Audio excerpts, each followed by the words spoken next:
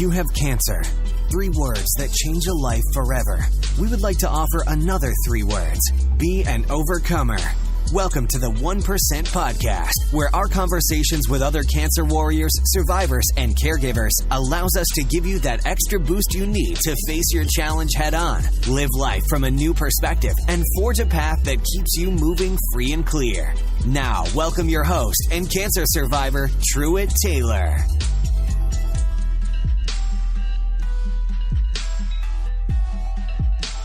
Welcome to today's episode of the 1% Podcast, the show where we interview young adults who are battling or surviving an unexpected cancer diagnosis.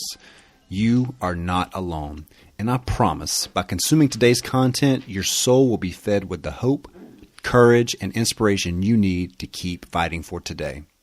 I'm excited to be on your journey with you today. If you haven't done so already, be sure to head over to 1%podcast.com to sign up for our email list to see the latest news and updates for all our guests on the show. You can also check us out on Instagram, Facebook, and Twitter at 1% Podcast. If you want to join in on some of our discussions, please join our Facebook group, the 1% Podcast. To contact me directly for content, questions, or booking events, you can email me at info@1%podcast.com. What's going on, my cancer community? Truett Taylor back with another episode of the 1% Podcast. This is episode 54. Last week on episode number 53, I got to share 3 life-changing moments that I've had. And that video has been viewed more than any video that I've ever posted on the 1% Podcast. And the type of feedback that I've gotten from that, the people that have been tagged, the stories that have been told off the things that I mentioned. I talked a lot about divorce, suicide, and cancer. 3 very heavy topics, but I've had a lot of people really reach out and connect and relate with me on a couple of issues. I really love the positive vibes and the positive approach that people have had to that video. It's not an easy thing to talk about, and it definitely takes a lot of vulnerability, but that's what we're all here for. We're all in this together. I say that all the time. You're not alone. We're all in this together. And I love the community that's being built around all the different experiences I've had in my life.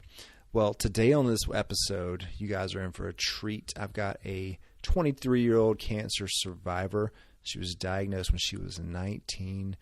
She's got her own podcast out. I'll talk to you guys a little bit more about her in just a few moments. But there's a quote I read recently that really stuck with me, and I wanted to share it with you guys. It says, "Discipline, not desire, determines your destiny." Discipline, not desire, determines your destiny. And I got to thinking a lot about discipline. Discipline, growing up, I feel like I had a lot of discipline, probably too much discipline if we really want to be honest about it. But in our lives today, what kind of disciplines do you have? What kind of habits do you have every day? What kind of things do you prevent yourself from doing in order to reach your destiny? Desires come and go. Desires are very vivid, very visual. We see things we want and we desire them and go after them. But our discipline, those are the things that we don't love to do every day. Those are the things that take a lot of hard work that really determine our destiny. Whether it's going to the gym, whether it's eating correctly, whether it's spending time in prayer, meditation, reading, whatever it is, whatever disciplines that you have in your life, they're going to determine your destiny, not just the desires that you have. So that really spoke to me. I wanted to share that with everyone today. And another thing I want to share as well too, unfortunately last week we lost one of our past guests on the show, Mr. Dana Crumpton. I remember the first time I met Dana at the Colorectal Cancer Alliance conference in Houston last year. And Dana was literally the first person that I went up and spoke to and talked to about being a guest on the show. And I remember our conversation. He was so happy, like just listening to him talk in front of a group of people. The guy, you could tell the guy was full of love. And the time we had our conversation and actually our interview on the show, you can go back and listen to Dana Crumpton interview. You'll hear just how passionate he is, or he was, for helping other people. He was so selfless, and his community that he was in, he just poured out all the love that he had, and fundraising, and just Dana was the kind of guy who would give you like 25 Facebook updates a day on his life. And he was always had the best attitude. And I remember something he told me. He said that as long as I have a goal to look forward to, it really helps me to keep fighting and to keep pushing forward. And, unfortunately, Dana's cancer came back in a very strong way. But you know what? What's one thing great about today is Dana's no longer in pain. Dana's no longer with us, but he's no longer in pain. He's no longer fighting that cancer battle. And cancer didn't win. He just doesn't have it anymore. And Dana's in a different place. And, I just have a tremendous amount of love and respect for him and for everything that he's done, the legacy he left behind, the people, the family he has. You guys make sure to continue to keep them in your prayers and your thoughts. Whenever you think of Dana, just definitely lift up his family in prayer, because Dana was a wonderful human being. And I'm so glad to just have had him a part of my life and a part of this podcast. So much respect for Dana and all of his family. Well, let's dig into today's episode. So today's episode, as I mentioned, is just a wonderful human being that actually reached out to me a couple of months ago. Her name is Gabrielle Fecteau. She pronounces it a little bit different because she is from Canada, and I told her that we joked around about the Southern accent thing a little bit, so I'm just going to call her Gabrielle. And if you hear her say her name, she says it a lot different than that, and it's totally cool. So anyway, Gabrielle was diagnosed with cancer when she was 19 years old. She's 23 years old now, and she survived her cancer diagnosis. And Gabrielle actually has a similar story to me. She didn't have a community when she was going through her cancer diagnosis that she felt comfortable with. So what did she do? She created one. She created the Soar Above Cancer podcast. And after listening to the podcast, I knew she'd be a wonderful guest on the show. She has a lot of different topics she discusses. And being a younger adult, she has a great insight and just a great maturity about her. You'll hear that whenever you listen to our interview today. But I was so impressed by her, and so impressed by her way that she really knew who she was really in touch with her feelings, and was mature enough to be vulnerable enough to actually get that information out for everyone to hear. And I love what she's doing. Her and her co-host do an amazing job on the Soar Above Cancer podcast. Sorry. And definitely go check her out. Follow them on Instagram. She has great content she posts. And soarabovecancer.com is her website. So you guys just show some love to Gabrielle and enjoy my interview with Miss Gabrielle Fecteau on today's episode of the 1% Podcast. All right, everyone, welcome back. I have Miss Gabrielle Fecteau with us, coming all the way from Ottawa, Ontario. Gabrielle, how you doing this morning? Really good, thank you. Perfect. So Gabrielle and I spoke a couple of times recently. Gabrielle is Gabrielle, I'm sorry. Again, from the South, I'm going to make your name a little longer, right? Gabrielle and I spoke several times, and we talked about her website and her podcast that she runs. She actually reached out to me. It's called Soar Above Cancer.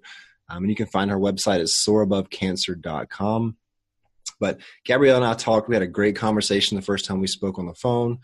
We have a lot of similar interests, and we just want to really educate and grow a community around the cancer community. So, Gabrielle, why don't you tell everyone a little bit about yourself and what it is that you do?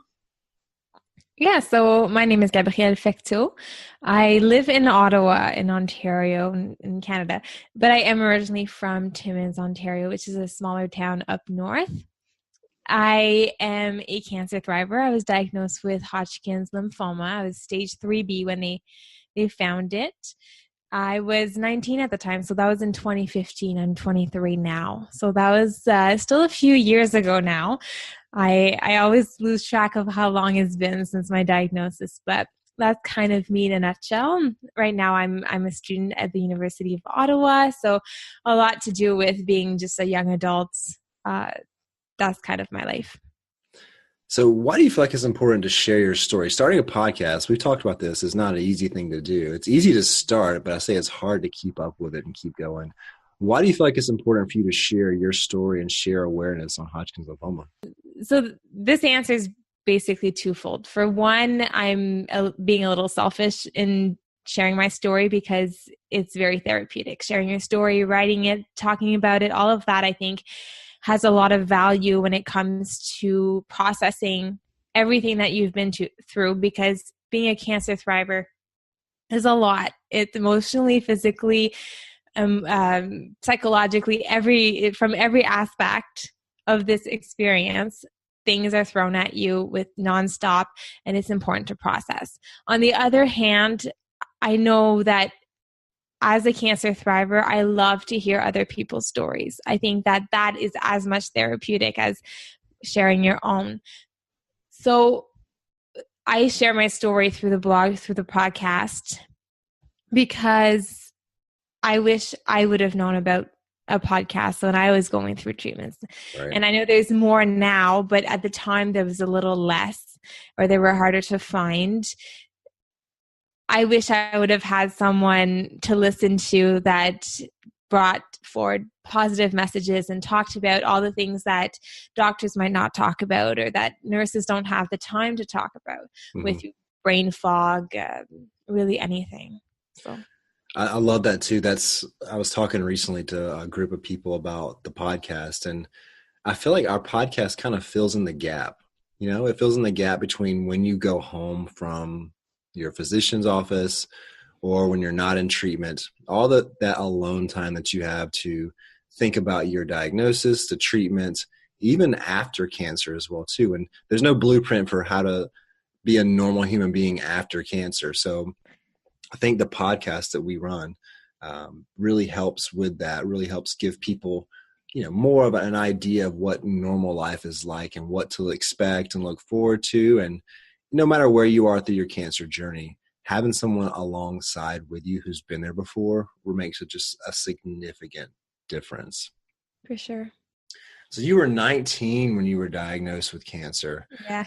Very young. I'm sure it's what the last thing you least expected. Why don't you tell us a little bit about your life prior to being diagnosed? What was a normal life like for Gabrielle?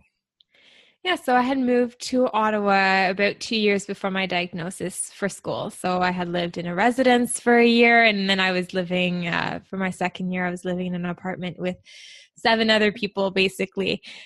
So it was a very hectic life, a lot of social life happening. Of course, a lot of studies too. I was doing my undergrad, a double major in history and criminology. So that's kind of where I was at. I was heading to law school.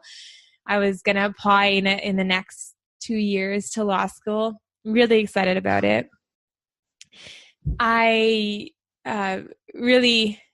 don't know how else to describe it, but I was just living the life of a 19-year-old. I was the social aspect, just everything about it. And of course, I was being independent for the first time. I was living on my own. I had to go to groceries, learn how to cook. I knew how to cook a little bit, but it was different doing everything on my own on top of studies. So I was burnt out. I think by my diagnosis, I was very, very tired. I was trying to do it all on top of being sick and not knowing it. Right. So that was really much my life.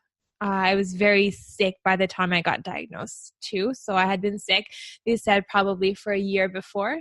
So managing life as a 19-year-old and trying to figure that out while being sick and not knowing it was tougher than I would like to admit sometimes, or that I would have admitted at the time. Yeah. Mm-hmm.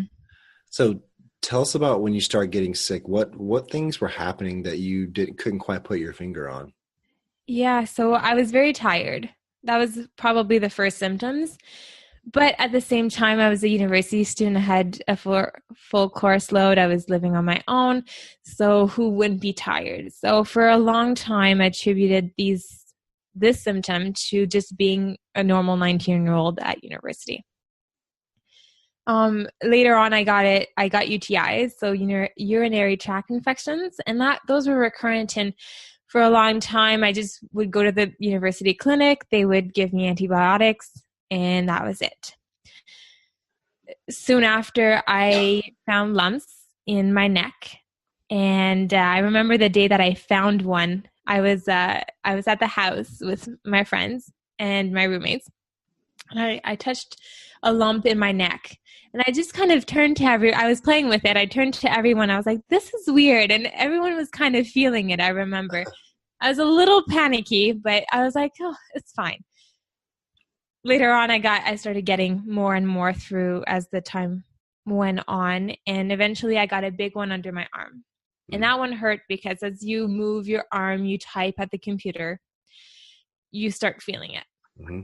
And that's where I had to kind of put my foot down with the clinic, with doctors, care teams that I was seeing at the time, and fight to go for a scan. Because all of these symptoms are kind of dismissed when you're 19 and in university because you're tired, you must have been sick, all of these things. Right. You're a young girl. For UTIs, it's normal. Right. And so I fought, and that's where we started the process of going through tests. Wow. So you started going through the tests. Tell us about the day that you were diagnosed when officially. I know you knew something was wrong. I feel like we all kind of knew something was off prior to actually being diagnosed. Tell us about the day you found out and you heard those words that you had cancer. Mm-hmm. So from the time of my first ultrasound, through biopsy and all of that, it was a good 2 months. So I had been waiting for 2 months, and in between that, I had seen my family doctor, well, the nurse practitioner with my family doctor, who I loved. She was absolutely great. And she had thrown out there the word Hodgkin's lymphoma. Mm-hmm. And it hadn't really clicked. It really hadn't at the time. I, first of all, had no idea what Hodgkin's lymphoma was. Right. I had no idea that it meant cancer. She did explain that to me then. But it was a non-issue. At 19, really a cancer diagnosis, it didn't really seem possible. And then I was at home the day of my diagnosis. I was back in Timmins with my parents. My sister had graduated the week before, and I was spending the weekend with them. We had gone out on the Friday. There was a Francophone kind of evening dancing and at a local pub, and I was old enough to go because our age is 19. So here I go to the pub with my parents and my cousin, and the next morning we are sitting in the living room having breakfast. It's a beautiful day. It was sunny, and that morning at least, and we get a call, and it's my nurse practitioner. It's a Saturday morning. She is calling me on her own time to make sure that I get a diagnosis when I'm with my family. So she starts and she kind of divulged what the results of the pathology was, explaining that it was cancer. And I remember having all these emotions, crying and all of this, but I also remember telling myself that, oh, I can do this. Right. And I had no idea at the time what this was, because yes, cancer, I could do it. It's fine. I could go through treatments. There was plans or there were going to be plans, and it looked fairly straightforward, but I had no idea what cancer actually meant, that it meant having to tell friends or having all that emotion or emotional baggage kind of hanging over your head for a few years after. All of that I did not understand. So at the time, the day of diagnosis, I was like, yes, we can do this. Yes, it was emotional. It was scary, but I could do this. So that was kind of my first day. Wow. I mean, I'm a smidge older than you. A little. And, but I remember like being 19, like there's so many different things that you want to do, you want to accomplish. You're just trying to figure out who you are. Yeah. Like I said, you're at university, you're trying to figure out what you want to do, for your occupation. Right. And then all of a sudden, this pops up, right? And this is not something that you expected. This is not part of your identity as a 19-year-old female in college and everything's going great. Tell us a little bit about emotion. You said you got emotional about the moment. What was it that made you so emotional when you heard the words that you had cancer and you were thinking about all the different things that you'd have to process and go through? I was emotional, I think, for many reasons. I'm just an emotional person all around, but mostly for two reasons. One, I could see that my life was going to change. I didn't know how or what that meant, but my life was drastically going to change. I had all these plans in my head because I'm a big planner. So I had all these plans for the next few years, and all of that was being taken away. I had no idea how long treatment was or anything at the time, but I could slowly see as I thought of things, I was like, oh no, that's being taken away from me. Mm-hmm. Oh no. And that kind of just kept on going. So when I thought, for example, of school, I was like, that's going to be taken away from me. It wasn't. I found a way to kind of work around that. But originally that was a lot of emotions going through me because everything I had planned for, all of who I was at the time, because at 19, I think a lot of external things define you. So all of these external identifications were being taken away from me. The second part was also thinking about everyone else who was going to be affected. I was 19. I was going back to, I was dating someone. I had a group of friends in Ottawa, and how were they going to react? And that was a lot of emotions too, because you're 19. You're the first one to ever have even remotely a serious illness most of the time. In most friend groups. And here I was going back and having to tell the people who lived with me, who loved me, who was my family in Ottawa, really, that I had this serious life-threatening illness. It wasn't terminal by any means. It has a 95% cure rate, but at the time it seems significant. So those were the two big emotions that were running. Yeah.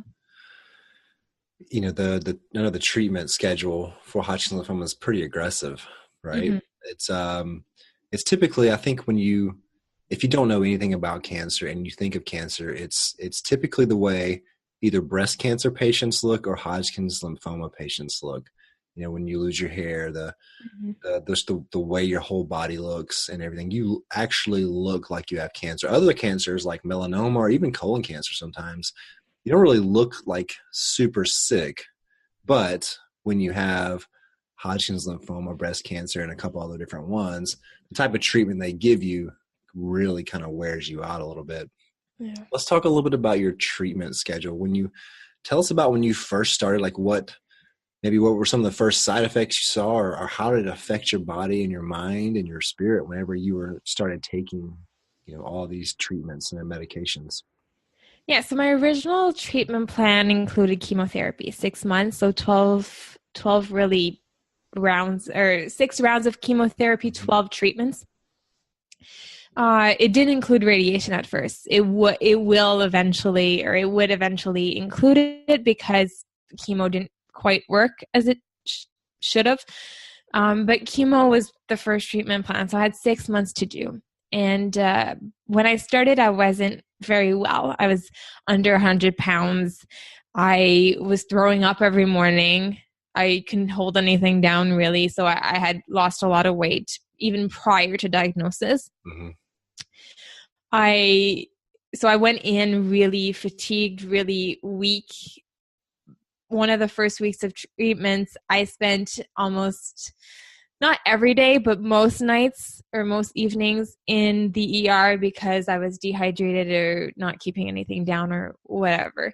So I spent a lot of time at the hospital as a not even inpatient, really, just in the ER, which is not great. Right. It's really yes, I did have a priority because my immune system was weak and I had sometimes a private room, but it's still not ideal to sleep or anything. So I started chemo. It was a rocky start, and eventually it got a little better. I did look very much like a cancer patient. Right. Aggravated me at times because I don't see myself as a patient. Like I haven't ever seen myself as a patient, but I did lose most of my hair. I had a little bit left. So I would wear scarves mostly. And, but I was usually very pale, very frail. Walking was often a very difficult thing. So going to the mall even. I remember going to the mall once. I was wearing my scarf, but I looked very sick still, and I was having a hard time walking. And you had all these people stare. I was back home in my town of under 50,000 people. So a lot of people know each other. And just everyone was staring, and I was like, what? I was getting mad. I was getting frustrated that everyone was staring, but I did look very sick. And for a 19-year-old, it's not common. When you look sick as a 19-year-old, people are going to ask themselves questions. Right. So that was very much the chemo. Yeah. So that's the way you were getting those looks, right? When you start getting the looks, people start, everyone's talking about you. You said too earlier that I would say your biggest emotional fears were, your plans were going to change, right? With schooling and all the things you want to accomplish, and everyone else that had to kind of go through it with you, which I think that says a lot about you as a person. If you're thinking about how sad everyone else is going to be. So you said earlier that your two biggest fears were your plans were going to change, like with your university and just being a student and being a 19-year-old, and then thinking of what everyone else, how they would react to you being sick. Lots of times when we go through chemo and treatment, the more we get, the sicker we look and the sicker we feel, and people have to deal with that as well too. So sometimes your fears can start becoming a reality a little bit because people are treating you a little bit different. Mm-hmm. As you were going through your treatment, did you progressively get worse or look worse and feel worse? And then how are people treating you as they saw you go through that progression? I think I would honestly say that the opposite happened. Psychologically, I was definitely getting worse, but not everyone sees that. Actually, most people don't. My parents did. My best friends really did. My close family. So I'm very close to most of my family. So they saw that too, because they would often have to come and intervene when my parents couldn't get through to me. Other family members would come in and kind of deal with me.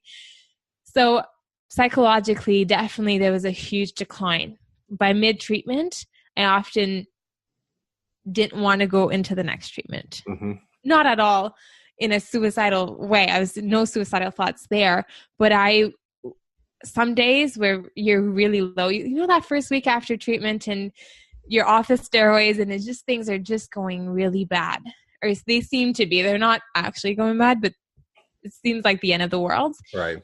During those days, often my mom would find me, or my parents would find me, like just laying on the floor, kind of in despair, and just kind of repeating over and over, I don't want to have to go to the next treatment, because that cycle just kind of looked horrible and unimaginable, and I couldn't do it anymore. The second week was fine, so that was great because it would lead into my chemo on Friday, and I was in a happier place. But so emotionally, psychologically, such a decline through treatment. Physically, though, I got better. I looked a little better than at the first. I gained weight because of the steroids mostly, but I looked a lot better. I was stronger. I'm very, very comfortable with my story. And even through treatment, I did feel comfortable and I did speak about it. So people actually, I think, had an easier time dealing with me and dealing with the experience from their point of view, because I could easily take off my scarf and not care that I was bald.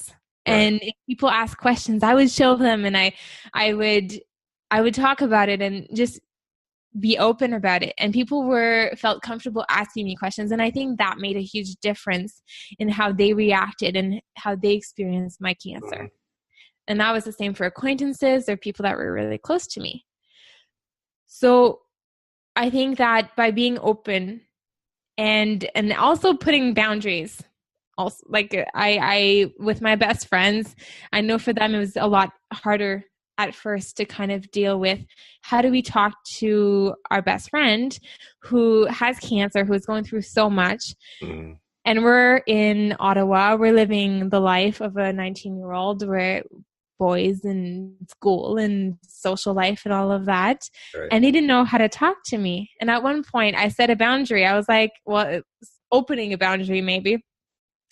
And I told them, I was like, this isn't going to happen this way. You can't not tell me how your day was. Right. Because I want to hear about everything that's happening. I want to hear about the gossip and the drama. At that point, I wanted I wanted to talk about anything but cancer.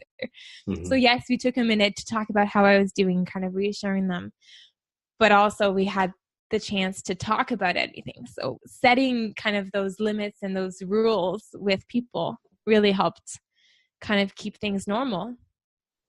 So what would you recommend to someone who's listening today who's maybe not as comfortable as you were with their story and with going through treatment, who's kind of regressing? Because like you said earlier, you had moments where you were just laying on the floor like, listen, I don't want to do this anymore. Yeah.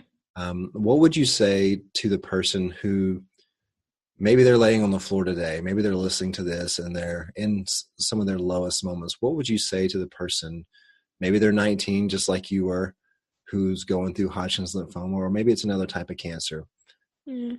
What kind of advice do you have for that person during their lowest moment?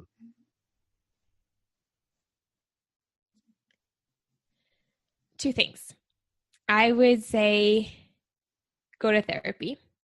Find yourself a therapist. Find yourself just someone, a professional, Mm-hmm. preferably someone who you can meet every week and process this experience.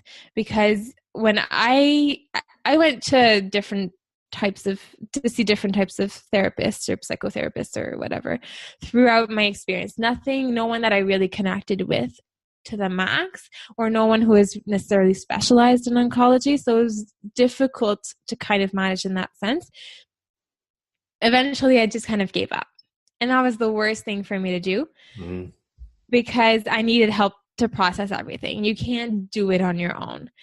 So eventually, not long ago, I actually got myself into another program, and I meet every week, and it's not the end of the world. I don't see myself as anything lesser because I go see someone. If anything, it's making a huge impact on how I can deal with the day-to-day and I'm in my survivorship phase, deal with the fear of recurrence, deal with the anxiety that comes for going to see your oncologist again. All of these things. I'm not done with cancer. Sadly, I really wish I was. After my last treatment, I really wish I could have put it behind me, but that doesn't happen. Right. So I think a therapist or a healthcare professional who you can talk to on a regular basis is one. And two, build yourself a community. So in Canada, we have this young adult community, cancer community. So it's called Young Adult Cancer Canada. And this organization, I think, has changed the lives of so many, because we end up, as young adults mostly, we end up doing this by ourselves. Yes, we have people who care for us, supporters, who we couldn't do this experience without them, but we don't necessarily have anyone in our surroundings who really get what we're going through. Mm-hmm. And then I entered this community way late, and I do regret that very much. But when I did get into this community and start participating and socializing with people who I didn't have to explain anything to, I spent a good 3 years of my experience over-explaining and over-sharing to everyone, because I just wanted someone else to understand, and no one does. And then I get to this community and I'm talking about chemo brain, and I don't have to explain what a chemo brain is, because they're all kind of nodding their head and they're like, yes, we get it. Right. And that was great. So finding that community in those times when I was laying on the floor, to have someone come and say, yes, I get it, but it's going to get better, that would have made such a difference.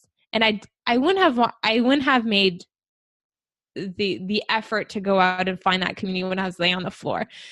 That seemed like a foreign concept, something I was not ready to do. But on my good days, if I would have reached out to someone and made a friend who understood what I was going through, then on the bad days, it would have made things a lot easier, because someone would have been able to say, I get it. Do you feel like you didn't pursue that because you didn't know it was there? There's different facts. I knew YAC existed. I was a part of the Facebook group and like the closed Facebook group, stuff like that. The problem was I live 300 kilometers from my cancer center. So it took us 3 hours to drive to my cancer center when I had to see my oncologist. So forget about accessing any services there. Right. And on top of that, that cancer center is not huge. It's not in Ottawa or Toronto. It's not a big city. Mm-hmm. I feel it serves people from Northern Ontario. So I didn't have the resources. Virtually there are things that existed, but physically there was no community of young adults there. So that was the biggest barrier, was being in a town where there was no services specifically for me as a young adult. And I had to wait really to go back to Ottawa after treatment or after my chemo to find that community. Mm-hmm. And then it's difficult because it's intimidating and it takes a lot of courage, I think, to take that first step. Mm-hmm. And it took me a long time to find the courage, sadly. But when I did, I really did. And I jumped right into that community, and I'm really happy I did. I love that. I have a similar story as well too. I didn't feel comfortable. I thought I was going to sit in like a circle and just hear everyone's sad cancer stories. And I was like, this is not exactly what I want to hear. But when you get involved into a community, you realize that in most cases, that is not the way it works. People treat you like a normal person. And you gave 2 tips a second ago. Number 1 was see a therapist or see a healthcare professional to talk about how you're feeling. Again, there's no blueprint on how to feel, but there is a grief process that we all go through when we have a traumatic event in our life. And I think cancer definitely qualifies as a traumatic event. And so as we go through that grief process, we can get stuck at certain stages. We can be just angry that it happened to us, or we can be really sad that we have it. But as we go through those stages, sometimes we need help going from stage 1 to 2 or 2 to 3 or 5 to 6, depending on where we're at. And a proper healthcare professional will do that for you. So if you're listening right now and you feel like you're kind of stuck emotionally, definitely go see a healthcare provider about that. See a therapist. I'll put a link to the Young Adult Cancer Canada in our podcast. So if you're in Ottawa or if you're in Canada, anywhere you can listen to and you're listening to this, you can reach out to them as well. But finding a community was your next thing.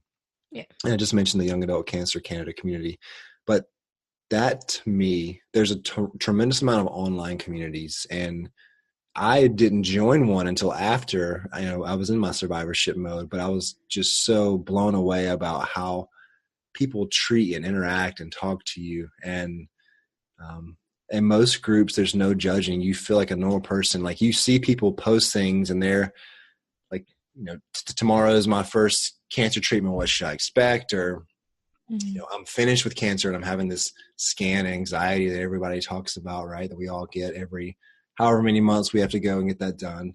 Or like, what are side effects of this drug? Or, even people talking about, hey, my spouse just passed away from, certain types of cancer. That community is so important, because when we feel alone, we feel like the weight of the world is on us and we have to make all the decisions and solve all the problems. But when you bear each other's burdens, which I truly feel like we're all called to do, it really helps people through the process. So I love the fact that you just gave those 2 tips of seeing a healthcare provider and finding a community. So let's talk about your life now. So you're on the opposite end of cancer, right? You're on the good stage, the worry every couple of months stages, right, that we have. Tell us a little bit about your life now. What do you have going on? And then we'll talk about your podcast as well. Yeah, well, actually, I just graduated to the 1-year checkup. So I have to go see my oncologist. Thank you.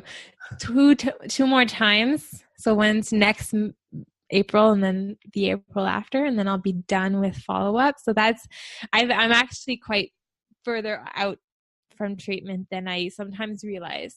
Yeah. Right now, my life it's crazy, but I like it. I like crazy busy. I am involved in all different things that bring me so much joy. I'm finishing my master's program. So I alluded earlier to the fact that I wanted to go to law school. That was pre-cancer me. Post-cancer me, didn't see law as something that I could do for the rest of my life. Mm-hmm. So I really thought about it. and I ended up in a master's program in social work. So I'm completing my degree to be able to practice as a social worker. And I've really directed all of my studies towards oncology to be able to practice in oncology after. So here I am right now. I'm writing my major research project, similar to a thesis, a little less long, about how does the personal experience with cancer impact your professional practice as a social worker. So having both those identities, what does that mean? So that's what I'm doing. I'm writing that. I'll be done in August. And I've had internships in organizations that work with people living with cancer and caregivers. I am very much involved in the cancer world. So even though I'm no longer a patient and in active treatment, I'll do a lot of public speaking, all things, again, that bring me a lot of joy. And of course, there's the podcast and the blog. And as a 23-year-old, so this is my cancer self, right, that I live with very closely most of the time. I like her. I like my cancer self. My 23-year-old self, she goes out. I'm a lot more fit than I was when I finished treatment, so I'm able to do different things. I'm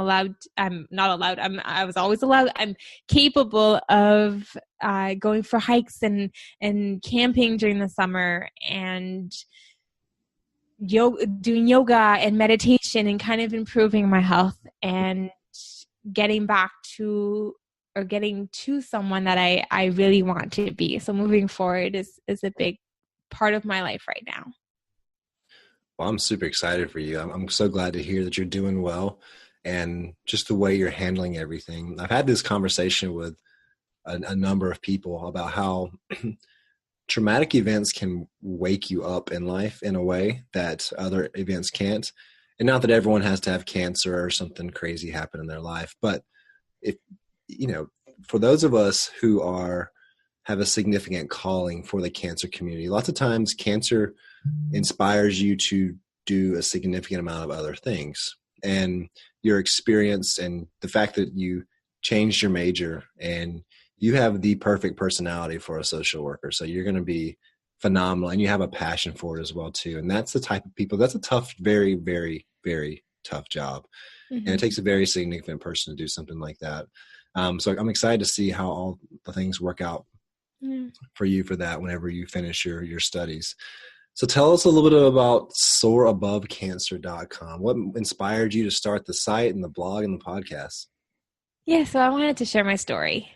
Again, for those selfish and not less selfish reasons that I talked about earlier, about sharing your story. I started Soar Above. I can't even remember when I did, but I started the blog, the podcast, and I put both feet in. I started everything at the same time. And the blog, there's less blog posts because life just kind of gets ahead of you sometimes. Right. But podcasts, I've tried to record most weeks. Again, life gets ahead of you sometimes, and with exam periods and stuff like that, we miss weeks. But I did about a year of podcasting alone, and then I decided that I couldn't do everything by myself, that I needed help. And that's huge, because I think as a cancer survivor, you forget how to ask help sometimes. And I asked for help. So I had a guest on the podcast, Alex Mandarino. He was my first guest on the Soar Above podcast, and I brought him back as a co-host, and we've been doing that for about a year now. So we've been co-hosting. So Soar Above Cancer has expanded and has grown in ways that I couldn't have predicted at first. But we keep the same message and the same goal of giving information and sharing our stories and the stories of others to help people not just survive a cancer diagnosis, but thrive in their experience with cancer. Because it gets boring to just survive. I remember at one point it was a low point. I was back home with my parents, living with my parents in Timmins. So I was far away from any social life that I had. I was with my parents, and I loved them, and they were great. And my family. I had a social life with my family, but other than that, not really. And I didn't have anything to do with my days. And that gets long. I'm not someone who sits down and does nothing. Mm-hmm. So it gets really long. And I was just kind of in a surviving mode. I was going to chemo. I was taking care of myself as much as I could. My parents were taking care of me mostly. And that didn't feel good. And it wasn't until I registered for classes at our local university, the Université de Hearst, in Timmins. So I could do, I think I did 3 or 4 classes overall during chemo, which is insane thinking about it sometimes. So I did 4 classes, and that allowed me to thrive. That gave me a purpose, and it changed my entire experience. And I was able to finish the last 4 or 5 months that I had of chemo. And I wouldn't have, I really doubt that I would have succeeded in the same way had I not had that piece, that thriving piece, that piece that drove me to something bigger than myself. Yeah, I think that's, so talk a lot about mind, body, and spirit. So obviously we all know what our mind is, the way we think about everything. So you mentioned some things about that with just your mindset of, I got to get up and do something about this. I have to make a choice. Your body, you said you're in a better physical shape now, right? You're capable of doing more physical activities than you were before. And your spirit, you just mentioned something about your spirit, like your why. Your spirit is typically like your why, right? And lots of times our spirit is something that we often neglect because people don't really know. Like that's a hard thing to figure out because you can't. It's easy to think, hey, I'm going to go do something better. And it's easy to go pick up some weights or run or whatever. But like addressing your spirit is a touchy topic for a lot of people because people don't really know where to start or what to do. And I love the way that you included that into your everything because your why is your driving factor for everything that you're going to do going forward. And I love the fact that you're not neglecting that. I think that's such a beautiful thing. I love the podcast that you have as well too. I've listened to you guys interview several different people.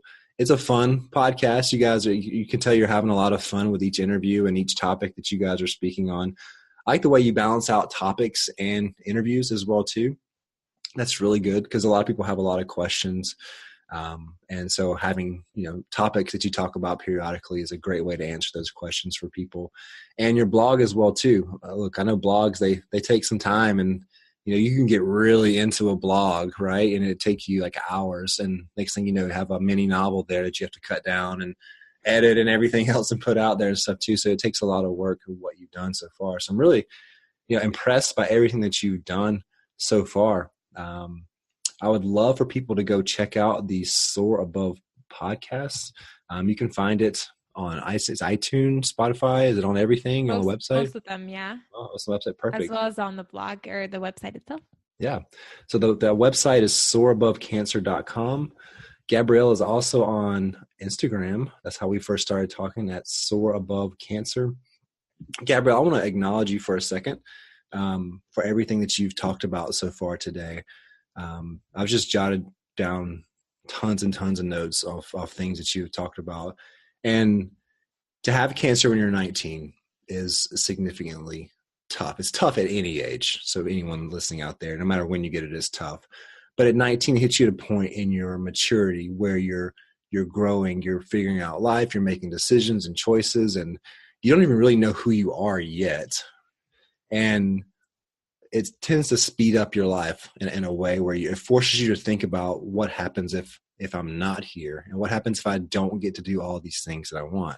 And at 19, having to think about those things is a lot different, I think, than when you're older in life, because you're like, I'm young, I'm 19, I got all this life left to figure out everything. But then all of a sudden you don't, because you have a specific diagnosis happen in your life, and you had that moment.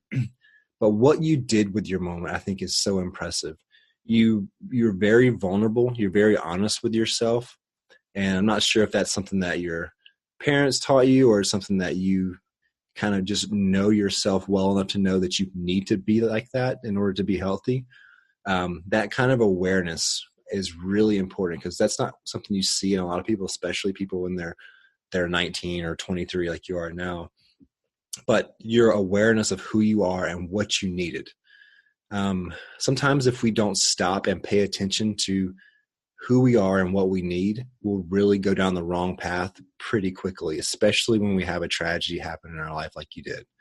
But you were so self-aware that you knew exactly what you needed to do. Again, you mentioned something about like the emotional things you were worried about, where your plans changing and thinking of other people. You know, what are other people going to say when I tell them, or what are other people going to feel? So you're very empathetic towards people, which again, I think is driving you towards your new career as a social worker. And I'm super excited for you to do that. You have a phenomenal career and life ahead of you. And even though your plans changed, 4 years ago, I would say 3 or 4 years ago, they're on a path now that you're supposed to be on. And I tell everyone there's no greater peace than you have in your life than when you do what you're called to do. Mm-hmm. And a lot of people end up living out their worst fear by sitting at a desk all day long doing something that they hate, or in some sort of occupation doing something they hate. But you have an opportunity to go out and do something that you love and that you're called to do and that you're good at. And again, at such a young age, I think that's going to be a very significant thing for you and your career and your life and all the relationships that you're going to have, because you're going to be someone people will look up to. And you're going to be able to share all of your positive experiences, all the things that you've done. And you're just at the very beginning right now, which is, for me, it's exciting for you to sit here and say, hey, your life's only going to get better. And no matter what situations happen in the future, you always can look back on the situation and say, hey, you know what? I was 19 and I got through cancer. I can get through anything else no matter what I face going forward. Mm-hmm. That's a great message for you and a great message for people that you come in contact with.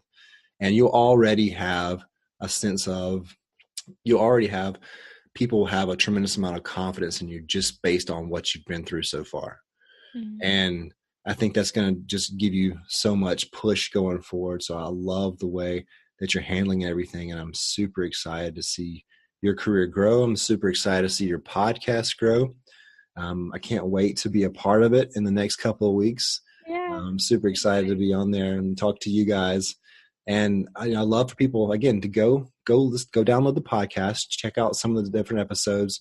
You've got some really shorter episodes on there that people can pop in and get through really quickly and listen to a lot of different ones.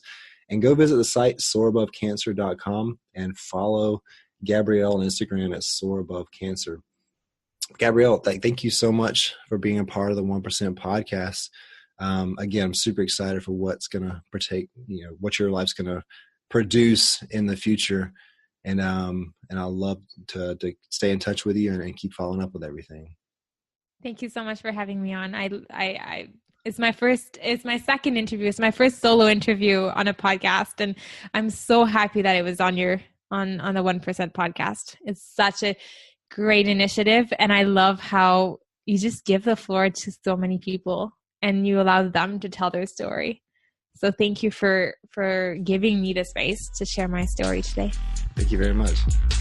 We appreciate you spending time with us on today's episode and encourage you to continue the conversation to help you keep pushing forward. For more resources based on today's episode, as well as ways to recommend a guest and connect to Truett personally, head over to 1%podcast.com. Be sure to join us next time for more stories of inspiration right here with Truett Taylor on the 1% Podcast.